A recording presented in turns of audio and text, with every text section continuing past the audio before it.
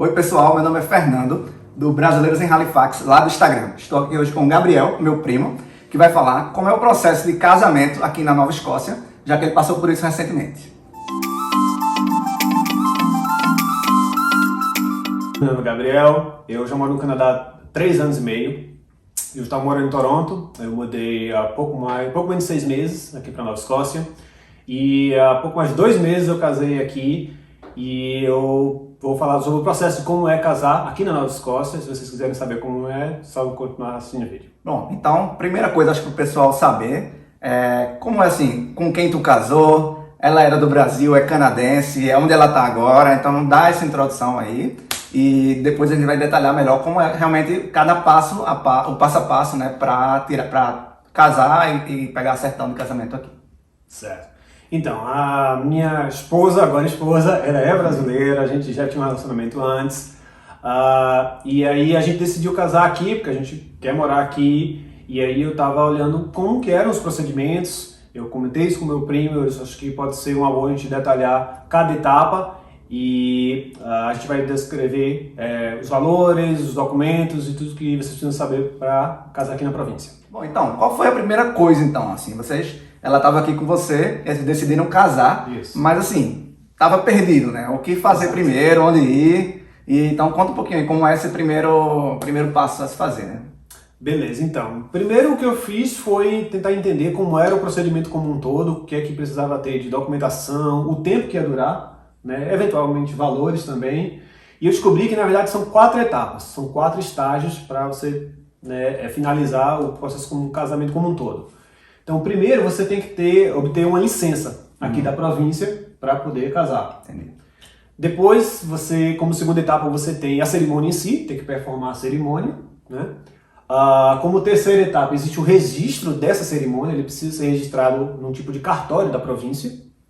E a quarta etapa é efetivamente obter a comprovação dessa cerimônia, que é a certidão de casamento. Você aplica para ter a certidão de casamento. Pronto, então tu falou que tem a licença, né? O primeiro Isso. passo é a licença. Então, onde é que tu foi atrás para conseguir essa licença? Para quem tu ligou? Quanto foi? Conta um pouquinho como foi esse primeiro passo, né? Certo. Então, eu primeiro procurei, obviamente, no site da província, né?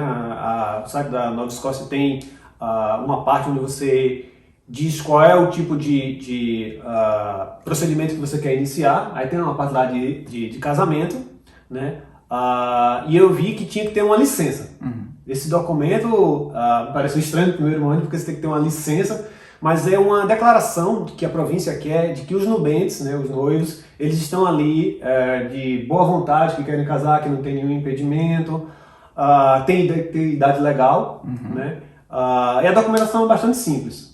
Então, eu me certifiquei de que o primeiro passo é ir para um lugar chamado Access Nova Scotia, né, que é um instituto aqui, um órgão da província. É o mesmo lugar que tira habilitação, identidade, Isso. né? Toda essa parte mais burocrática assim, de documentos, né, aqui da província. E um dos documentos que eles emitem é a certidão a licença para casar. Então, o que você tem que ter é basicamente um documento com foto que mostre que você tem idade legal para casar. Ou seja, aqui um na passaporte, província. né, vamos dizer assim. Pode ser um passaporte ou um documento da província, se você já tiver. Que você, se for viúvo, você tem que mostrar que tem a certidão de óbito do ex-companheiro, ex-cônjuge. Ou se você é divorciado, né, tem que mostrar que já teve um casamento, mas você tem um documento que teve o divórcio em si, né? E aí tem que pagar uma taxa e preencher um formulário com informações básicas sobre a sua filiação, sobre o seu lugar onde você mora, seu endereço, e dar entrada no procedimento. Você paga uma taxa diretamente lá no Access Nova Scotia. Tu lembra o valor dessa taxa? Era um pouco acima de 130 Pronto, a edição coloca aqui do lado o valor exato. Então o preço é esse, mas e para sair o documento? Sai na hora, demora um tempo, tem alguma validade depois que sai essa licença? Então, para minha surpresa, eu descobri que sai na hora. Você chega lá, você diz qual é o serviço que você quer, você preenche os documentos, você paga a taxa, demora alguns minutos e você já sai com um kitzinho, com alguns papéis que você vai ter que apresentar para o celebrante, né, na próxima etapa, passo 2, mas a certidão em si, a licença, o documento que diz que isso aqui é uma licença para casar, você já sai com ele na hora. Bom, agora tem um detalhe. Essa licença só tem validade de 3 meses, até 3 meses. Você tem que celebrar o casamento, tem que provar que celebrou o casamento em até 3 meses após a emissão dessa licença. Com relação agora ao próximo passo, né, que seria a cerimônia. Como foi que tu fez, ou como é feito, né, como é feito esse processo, então pode detalhar melhor agora. Beleza, então. Bom, o principal é que a gente não pôde, na verdade, fazer uma certidão, uma celebração do jeito que a gente queria, né? A gente do Brasil tem costume de fazer o religioso, com um quê de civil, então tem o registro civil lá também, você acaba fazendo tudo num só, né? O civil e o religioso num dia só. E aqui, por conta da pandemia, não pôde fazer em um local como uma igreja, a gente também não tinha os parentes próximos, enfim, as condições do momento não permitiram fazer um casamento como a gente queria, então a gente foi pro objetivo. O que é que precisa para casar mesmo do ponto de vista legal? Então só pode ser o casamento civil, né? Então, no casamento civil, então, tinha a opção também de casar na corte, ou que seria no Brasil, casar no cartório. Né? Então eu acabei ligando para as cortes daqui, então você tinha a corte municipal, tem a corte federal, a unidade de família, e assim, as cortes municipais das outras cidades próximas. Então eu acabei ligando para mais de uma, liguei aqui em Halifax, liguei em Dartmouth do lado, Truro, Kentville. E o que acontece é que todos diziam que por conta da pandemia e sobre a restrição de movimentação de pessoas, eles não estavam celebrando esse tipo de evento lá, no cartório. Então a única opção que tinha disponível era contratar, né, um juiz de paz que aceitasse casar você num outro local. Você podia negociar com ele onde seria esse local, o seu local, no endereço normal, né? Ou algum outro que ficasse conveniente para todas as partes.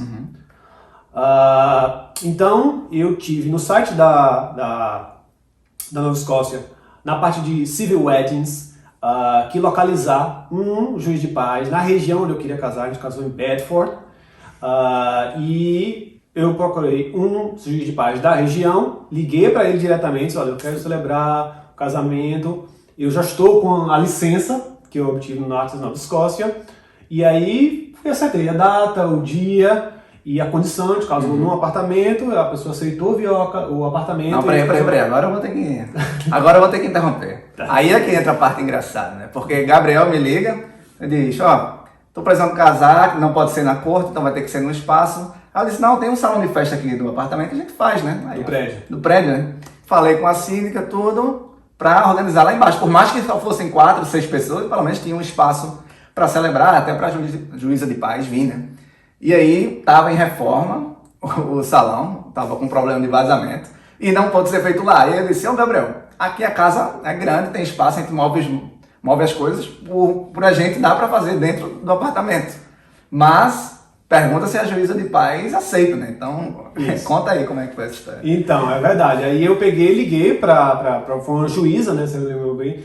Uma celebrante, uma juíza de paz, e eu disse, olha, as condições são essas no prédio onde eu encontrei lugar, o salão de festa está fechado, você pode aceitar, você aceita que a cerimônia seja feita na unidade, no apartamento? Ela disse, pô, aceito sim, mas como é que está a restrição de pessoas? Eu digo, não, são 4, 5 pessoas, só precisava ter 2 testemunhas, né? Foi meu primo e minha esposa, e a gente teve ela e mais 2 pessoas que também ficaram como testemunhas, e foi realizado tudo dentro da lei, tudo dentro da lei. Bom, e um detalhe, essa juíza de paz, né, ela celebrou de graça, tu teve que pagar, como foi a parte do custo, né? O pessoal também quer saber o custo total para casar aqui. Claro. Então, não, tem sim uma taxa, certo? A prefeitura não, a província já declara que o casamento civil ele tem sim uma taxa, você pode pagar um valor que na verdade é simbólico, não me lembro exatamente, se for na corte. Mas se for fora da corte, e aí é a negociação individual com o juiz de paz, tem um valor mínimo, tem um piso. Não tem teto, mas tem um piso. O teto, na verdade, é uma condição que fica aberta quando você negocia com o juiz de paz.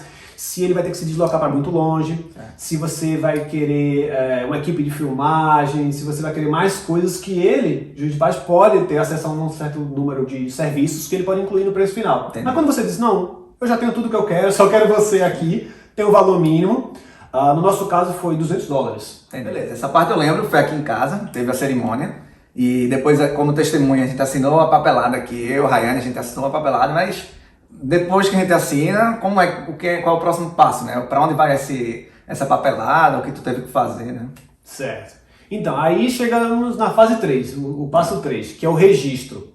O registro é basicamente quando o celebrante pega a documentação da cerimônia em si, tanto que ele recolhe as nossas assinaturas, né? E ele vai enviar para um órgão chamado Vital Statistics, que é como se fosse o grande cartório da província, que vai registrar em órgão local, né, na província, que aquele casamento foi celebrado, né, dentro da circunscrição da província em si. Né? Esse procedimento é o seguinte, ele está incluso no valor que a gente paga lá para a juíza de paz, o celebrante.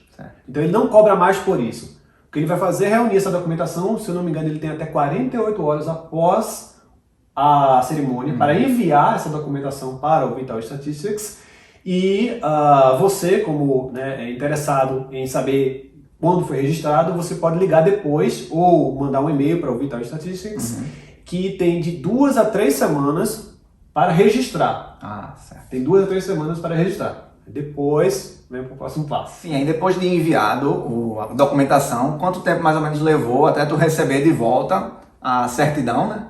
E se teve mais algum custo extra, além do que tu já pagou, né? Que a gente mencionou aqui antes. Tá, então, aí a gente chega na quarta etapa, que é você ter uma comprovação desse casamento em si, né?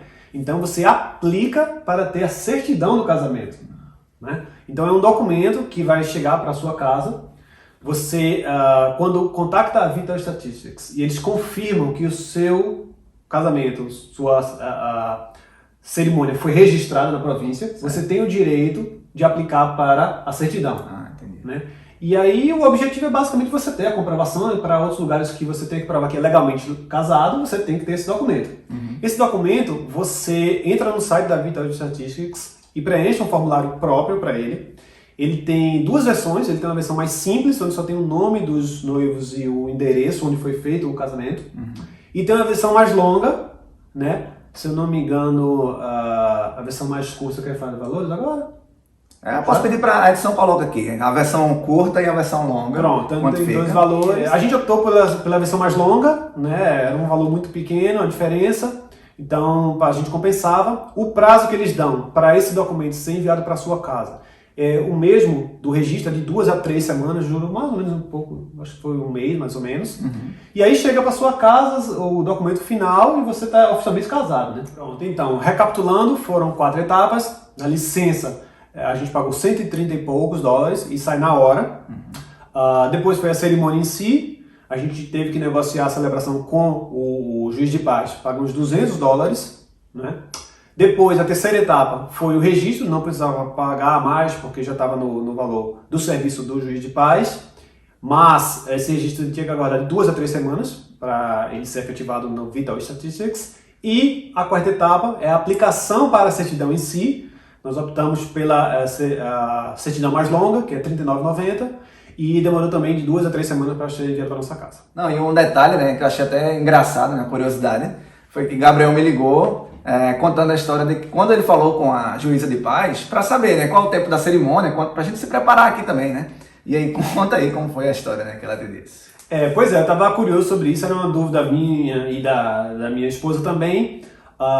E aí, foi o que ela falou? Ela falou que tinha um roteiro e ela meio que adiantou para a gente um roteiro por e-mail antes, porque a gente pensou, não, vai ter que repetir essas palavras e tal. Mas era uma coisa bastante simples, 1, 2 páginas no máximo. A cerimônia em si, só de repetir as palavras, né, da juíza, eu acho que foram 10 minutos. Acabou ficando um pouquinho mais no nosso caso, porque a gente gastou um tempo também falar dos votos, né? Acho que 15 minutos, eu acho que foi isso. 15 minutos a gente casou e foi bem legal. Muito rápido. Então é isso, pessoal. Se tem alguma dúvida com relação a esse vídeo, ao casamento em si, deixa aqui embaixo. Querem saber também o porquê Gabriel veio de Toronto para Halifax? Comenta aqui embaixo também, que que a gente, quem sabe, faz um outro vídeo aí, né, Gabriel? Exato, E curta esse vídeo, compartilha, ativa o sininho.